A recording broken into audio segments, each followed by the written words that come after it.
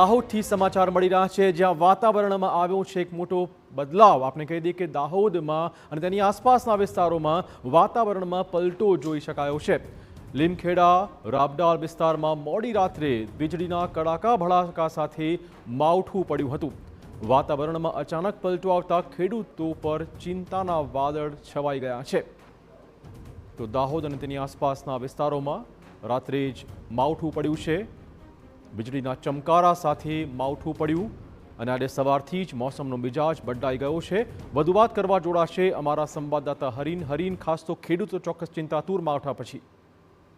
જી બિલકુલ, કારણ કે ગત મોડી રાત્રે ભારે વીજળીના કડાકા ભડાકા સાથે વરસાદ વરસ્યો છે। દાહોદ શહેર સહિત આસપાસના જે ગામડાઓ છે, રાબડાળ છે, લીમખેડા તાલુકાના દુધિયા તેમજ પ્રોપર લીમખેડા ઝાલોદ સમગ્ર જે વિસ્તાર છે ત્યાં મોડી રાત્રે વીજળીના કડાકા ભડાકા સાથે વરસાદ વરસ્યો છે।